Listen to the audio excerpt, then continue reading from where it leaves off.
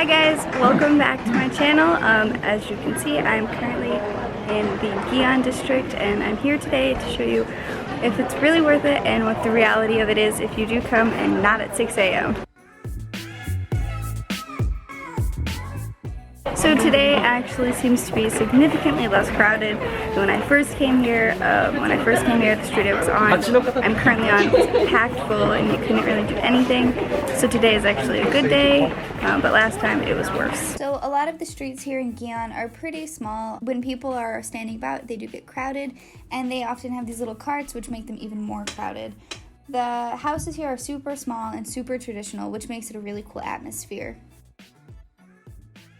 Since the streets of Gion are pretty small, when it is busy, the streets do feel a lot more claustrophobic and crowded. What doesn't help that fact is that all of the people are wearing kimonos and they want to take the nice, beautiful Instagram photos. So a lot of times you're just dodging everybody taking photos in the streets, not wanting to ruin them, obviously. But it does get annoying when you're trying to just walk around and just see the sights and you're looking at everyone taking photos. With that being said, there are a bunch of kimono rental areas, so if you want to take a photo with a kimono on, this is definitely the area of Kyoto to go to do that. It is the end of September, tourism has gone down, so if you come during the prime touristy peaks, imagine this like 3 times more packed.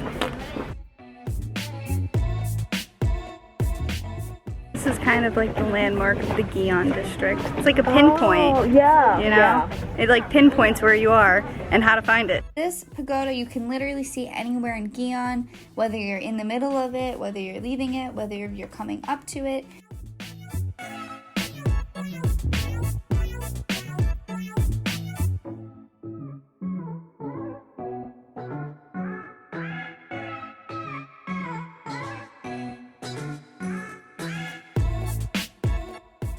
There's also really nice parks and of course street performers, so just take a moment and watch them. You must guide me. The same way you have to guide me, but since you're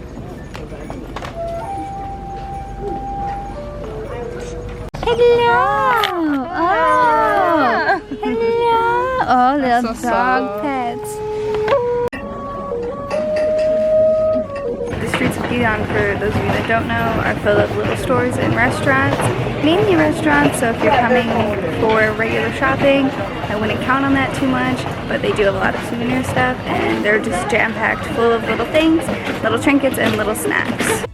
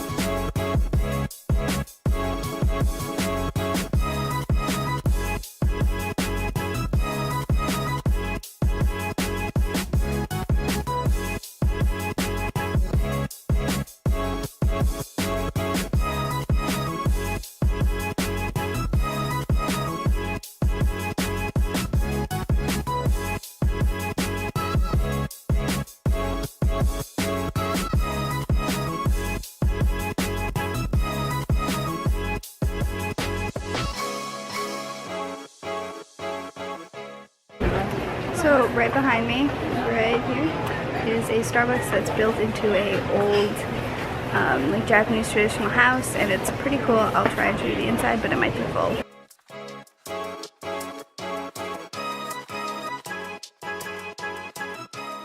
In addition to the really famous and cool Starbucks, which everyone should check out even if you don't like coffee, there is a lot of different street food and snacks that you can get there.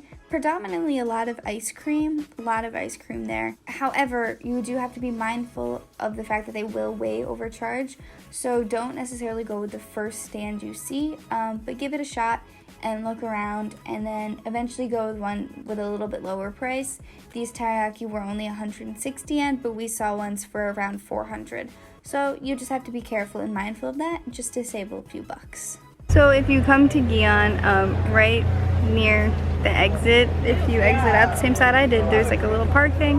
I'm not sure if we're going, but if we are, I'll show you it. When you go to the Gion District, be sure to actually leave the streets and explore some of the areas just outside of the Gion District. A lot of times it'll be a little bit less crowded and you get to see some amazing sights and temples, and there's a chance of even seeing a monkey, which is just a bonus.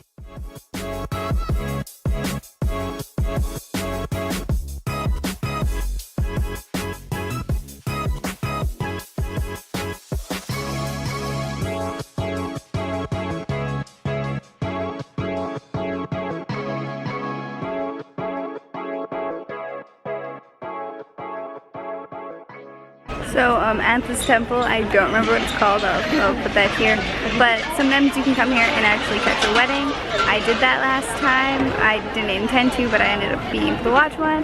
If I can find the pictures, I will include it. Also look at it. It's really cool, so if you're lucky you get to come here and catch one, it's really awesome.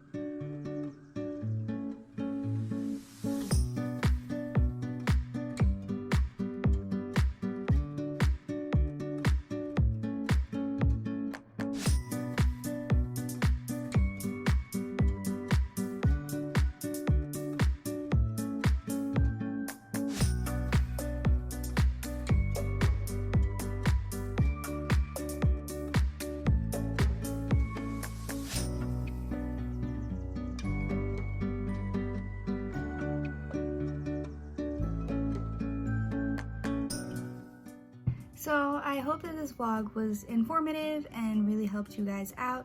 I can almost guarantee that if you come and you're on vacation, you really don't want to visit Gion at 6 a.m., which most vlogs here, and when you get the nice empty streets of Gion, are filmed very, very early in the morning. And unless you're looking for that completely isolated photo shoot, this is kind of what you're gonna get. I went at the end of September, so like I said earlier, the tourism season was kind of dying off a little bit, even though it's still rather warm.